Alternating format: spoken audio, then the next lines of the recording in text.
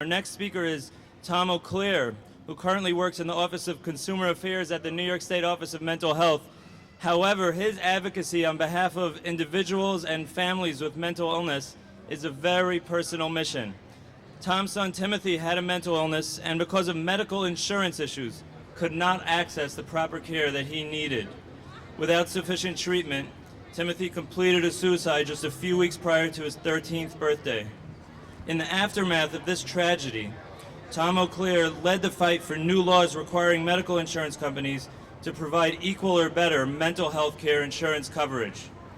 The law eventually passed, and it's called Timothy's Law in memory of Tom's son. Please join me in welcoming this inspiring mental health advocate, Mr. Tom O'Clair.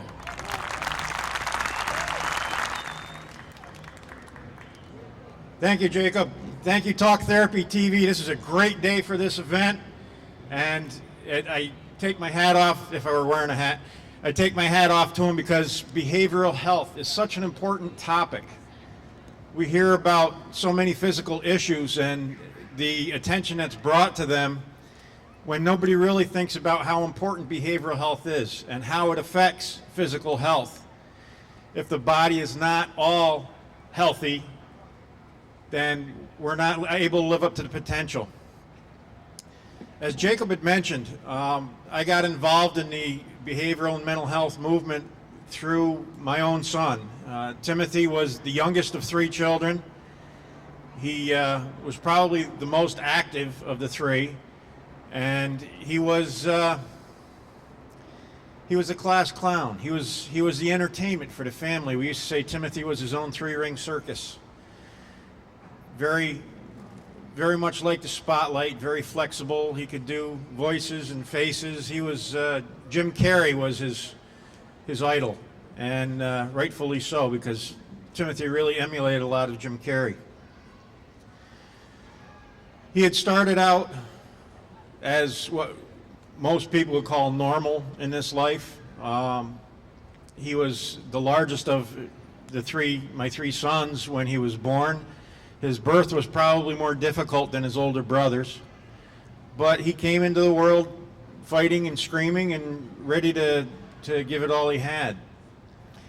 And for the early years, Timothy met all the markers. His development was satisfactory, more than satisfactory, very intelligent child. And as he started getting older, behaviors started to appear that we really didn't recognize his family. Now, you would think that being the ones who live with him every day, we would notice it more than anybody else. But the sad part is, when you're living with somebody who has a mental health issue, everything seems normal to you.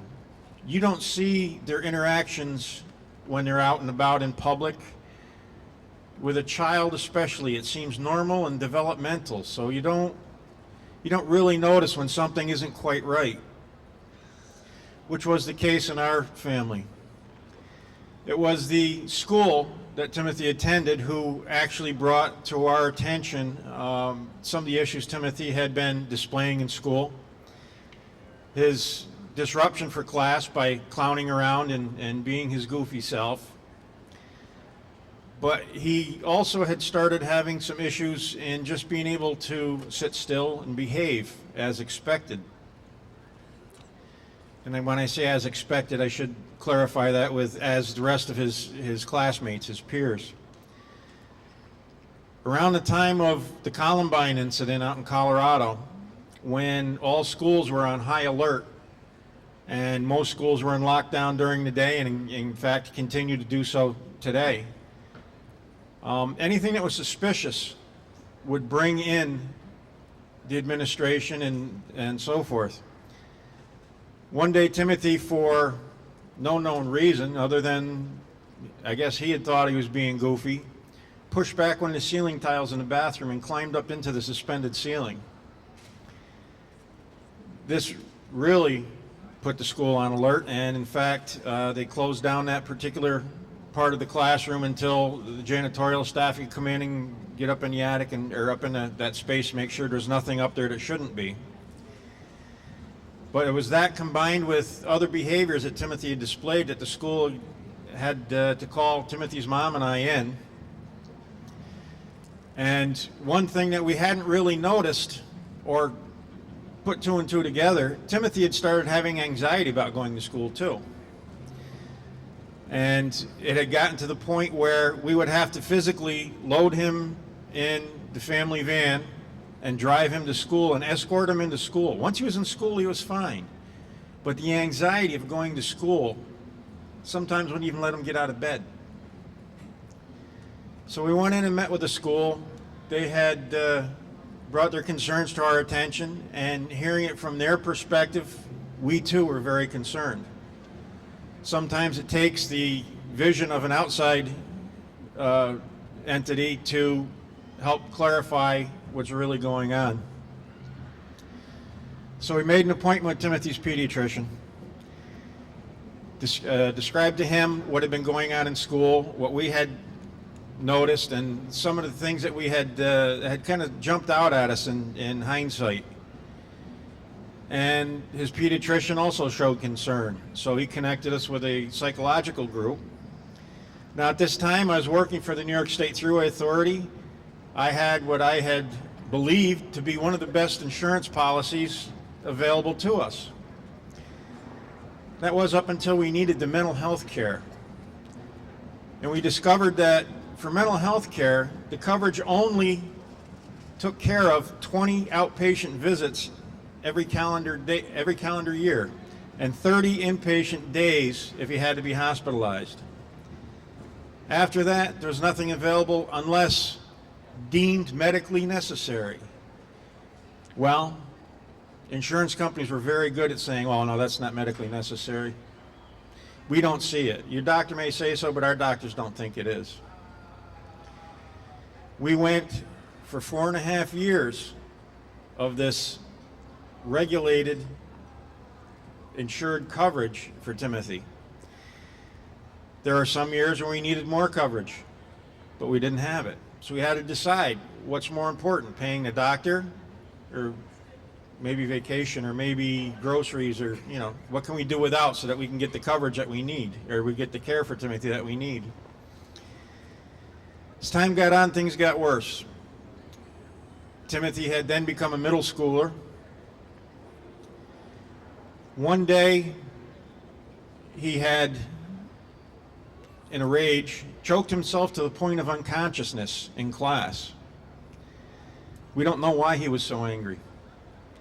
We don't know what brought him to that point, but he literally choked himself to the point of unconsciousness, where a hall monitor could not remove his own hands from his neck.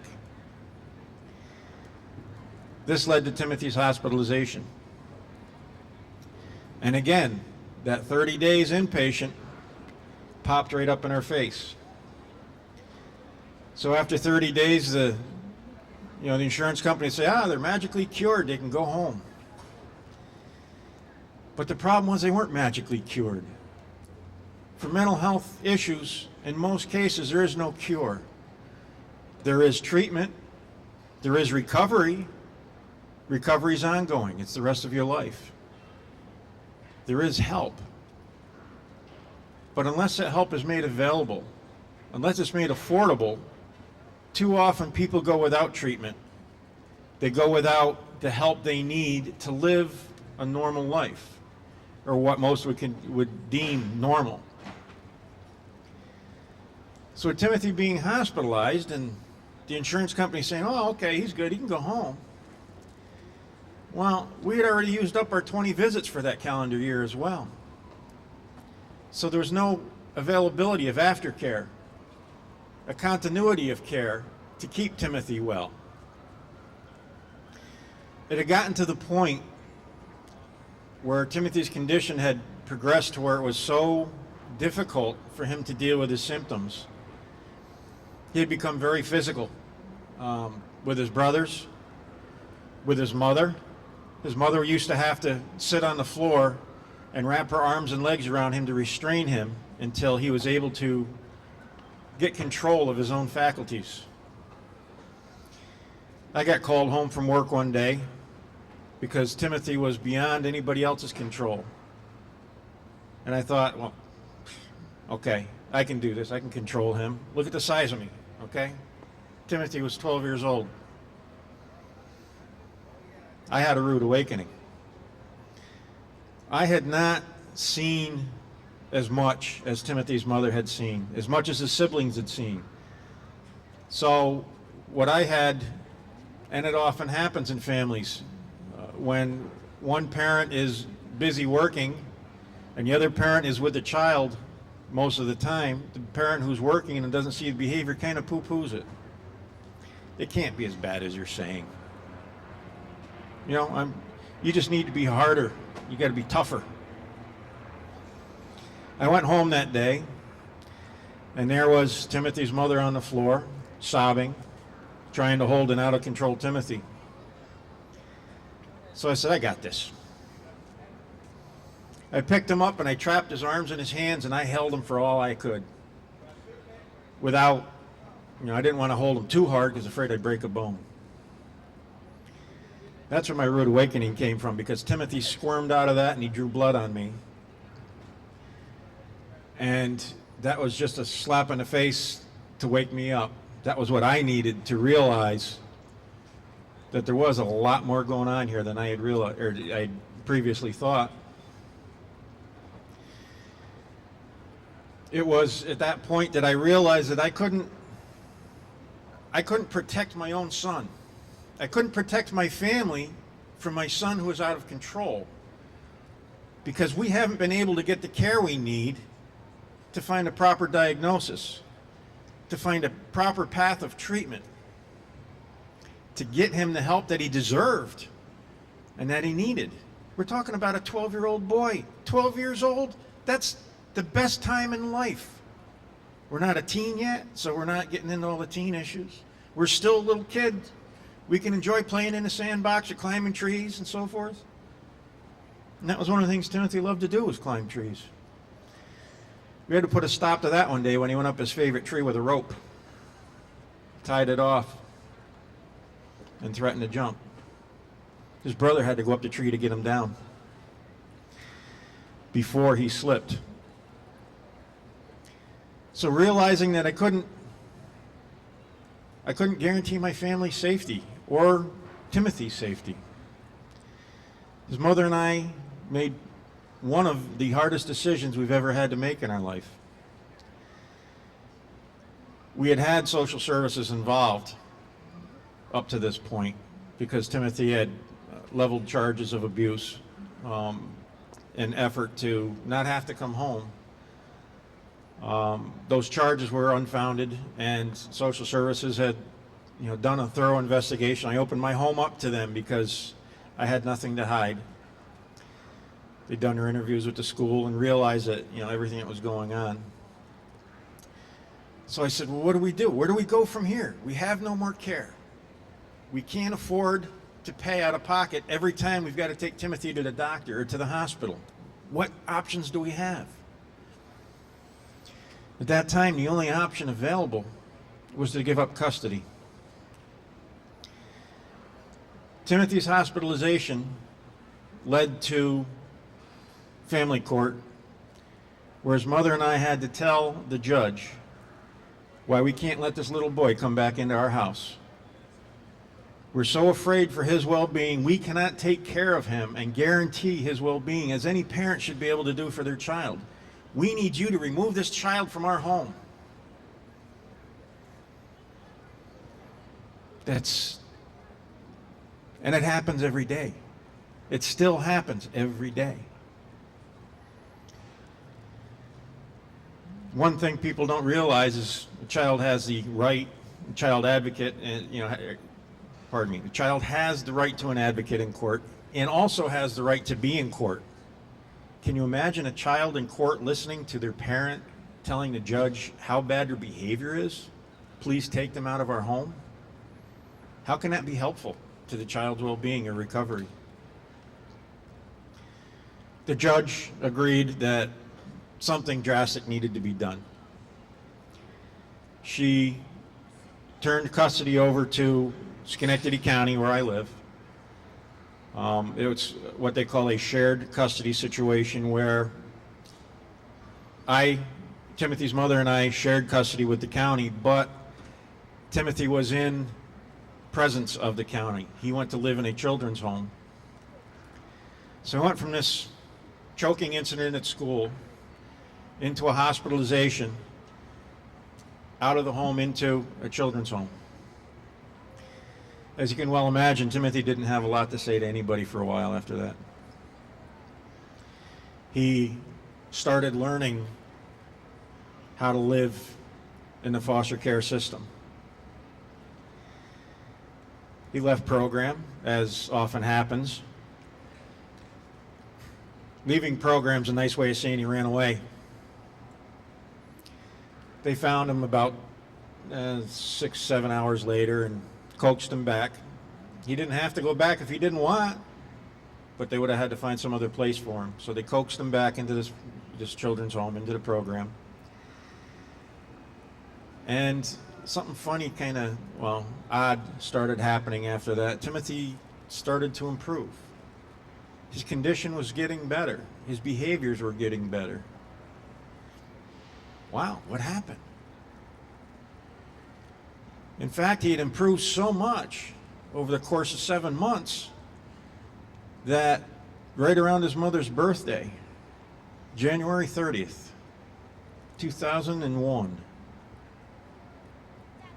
Timothy was able to come home. Us, his family, as well as the outside providers, as well as the providers at the children's home, had all agreed that this child is showing some improvement. He's able to control himself. He's doing good. He's on a good path. One of the things that had happened to Timothy while he was in his children's home is he had come back to his room and found that his roommate had made an attempt on his own life.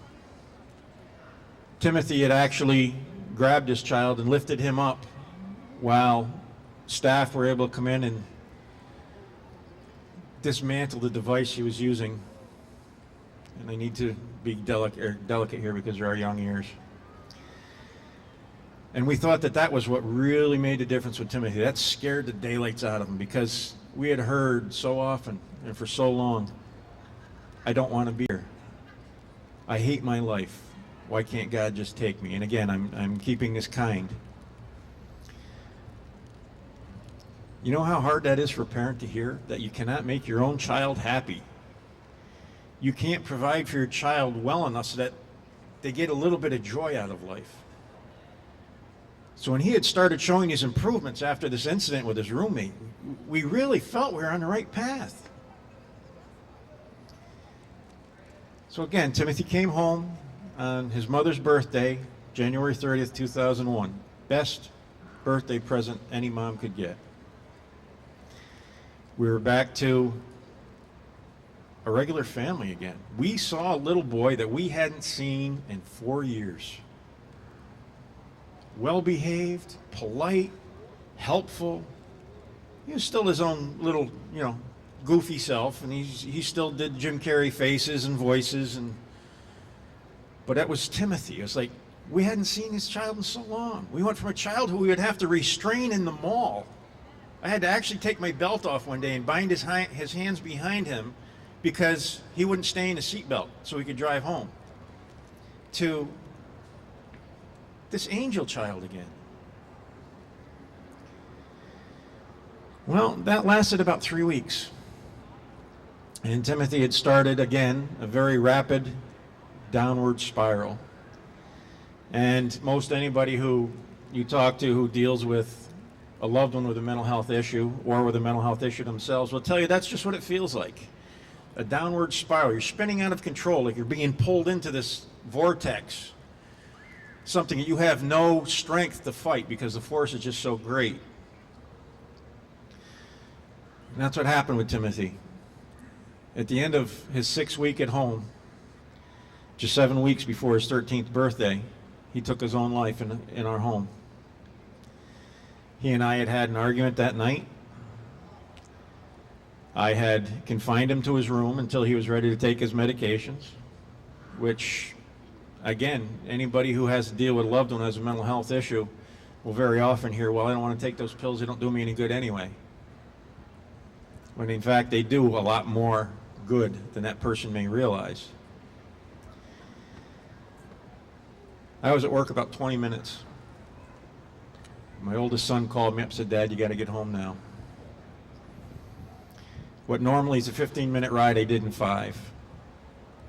And I pulled in my driveway to see 2 ambulances, an EMT truck, 4 police cars, and a neighborhood full of neighbors on my front yard. I knew right then, something told me right then that I saw Timothy alive for the last time 20 minutes earlier. But I held out hope. I went in and watched as the EMTs tried to revive him and followed the ambulance to the hospital.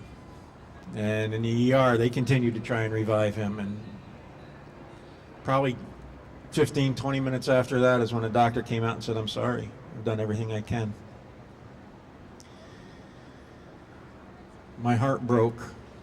The bottom of my world fell out. And I was further from this moment than Timothy's own mother. She and one of his brothers had found him. She had tried to revive him before the EMTs even got there. So we sat there and we said, what in the hell happened? We've done everything that we could to try to get this boy help. We have argued and fought and taken time off of work until we had no more time left, but we did what we had to do for our child. What just happened? It took us a good few months to even figure out that we need help ourselves. When you have a loved one who's dealing with a behavioral issue or a mental health issue, you don't treat just that individual. This is something where the whole family needs treatment because it affects the whole family. So we started to seek out grief counseling, support. We got a lot of support from our neighbors. We got a lot of support from Timothy's friends, believe it or not. Other children his age and their families were very supportive and helpful. But we needed to go beyond that. Because losing a child is a tragedy. To let it end there is an even bigger tragedy. So we went on to support of suicide prevention. I became trained as a hotline volunteer and a trainer and an educator. And through that, I was approached by a group of organizations, statewide organizations, some of which are represented here today. And I do urge you to support them and get information from them, because we've got a whole great load of vendors here today. They were fighting for something called mental health parity, something that would have saved my Timothy's life. They said, would you we hope we're not indelicate, would you be willing to work with us and try to move legislation in New York State that would eliminate this limit on insured health care? I said, oh yeah. I didn't think twice, but I had to check with my family because it wasn't just my loss, it was our whole family's loss. This is a decision we all had to make together. So we talked about it for a week. And at the end of the week, I said, yes, we're on board. We'll do this.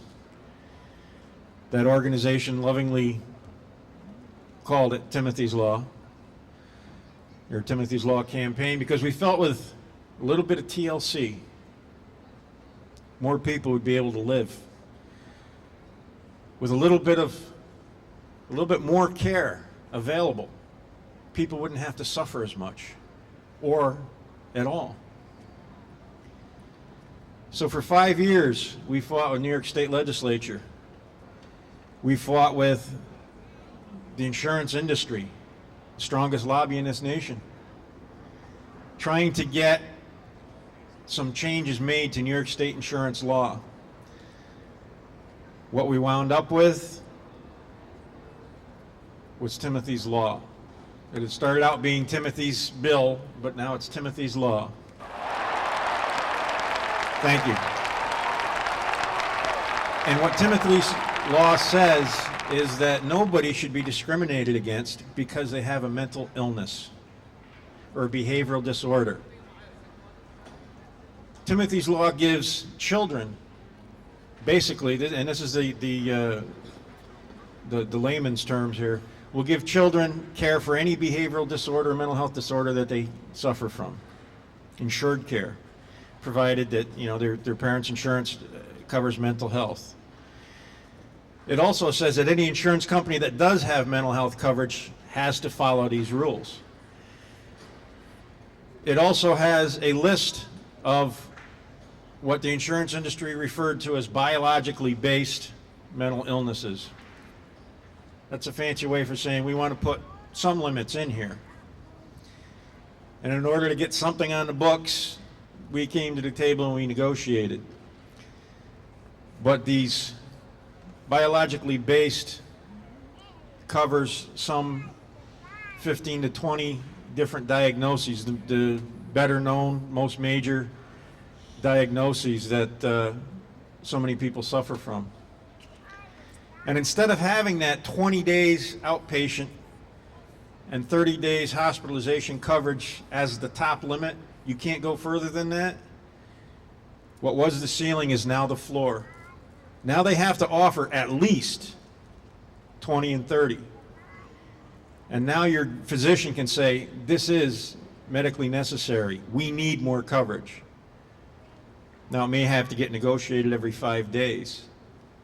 But the insurance company has a much harder time now saying, well, it's a mental illness, we're not going to cover it. Is it true parity? No. Have we leveled the playing field? Quite a bit. And this is, to me, wonderful that we're here in New York City at the Intrepid Museum doing this very first ever behavioral health month celebration, because after we passed Timothy's Law, I was also asked to testify before Congress on the National Mental Health Parity Bill, the Paul Wellstone Mental Health and Addictions Equity Act, right here at the Psychiatric Institute at Columbia University. We now have national parity too. And that will be in full effect in 2014. It is in stages being brought into effect now. But this is something that each and every person in New York State had a hand in. This isn't what I did. This isn't what a handful of us did. This is people coming out to advocate for what's right, for our loved ones, for ourselves, and for our fellow man. It's because of the work and support that we created this grassroots effort that has made such a difference in New York State and the nation. Timothy will never be back, obviously, but in my mind and heart, he's never left. I carry him on my arm, I carry him in my heart, and I carry him in my head. And every day we go to work together as a father-son team. This is now a family business that I'm in. As Jacob had mentioned, I now work for the New York State Office of Mental Health. I'm a family affairs advocate, and I'm proud to do it. Thank you.